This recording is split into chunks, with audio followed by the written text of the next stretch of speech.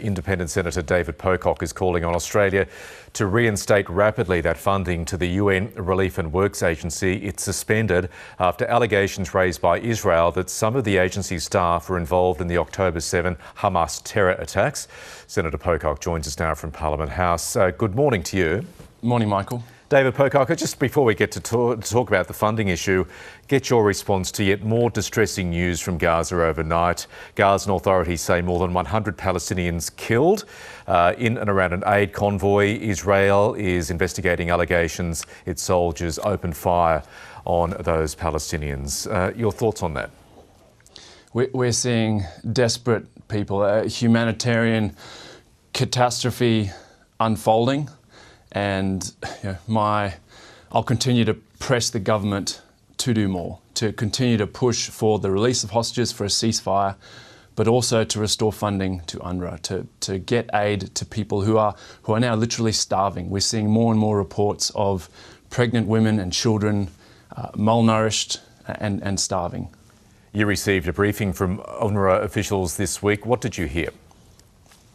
Clearly, there were some very serious allegations around UNRWA that warrant an investigation. All of those officials have been dismissed, and there are now multiple investigations afoot.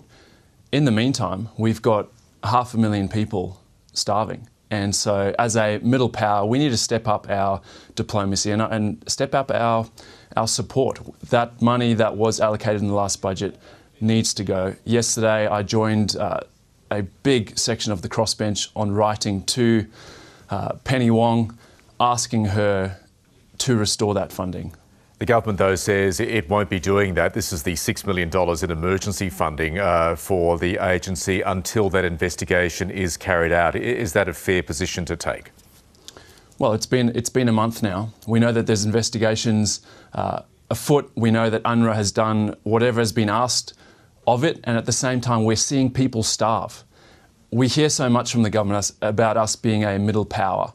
We need to use that, and I'd say step up when it comes to aid for people who desperately need it. UNRWA is the only viable option of getting aid to people who need it, and let's be our own country. I've heard more about this issue than any other issue over the last 18 months. Australians care.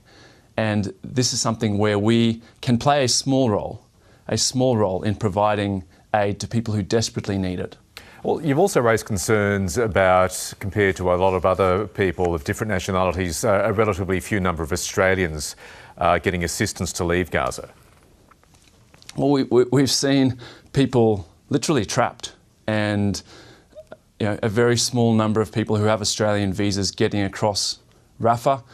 I've written to the Foreign Minister a number of times asking for everything that DFAT can do to be done. We've seen Canada and other countries really stepping up their engagement to try and get people across the Rafah crossing. It's just a tragic situation there, and I would urge the government to do everything that they can. Okay, before we go, another issue. I want to ask you, David Pocock, about that massive bungle by Victorian police charging and dropping sex charges against a former immigration detainee, but more specifically ask you about the politics surrounding that issue. We saw the coalition going after the government on that front in question time this week.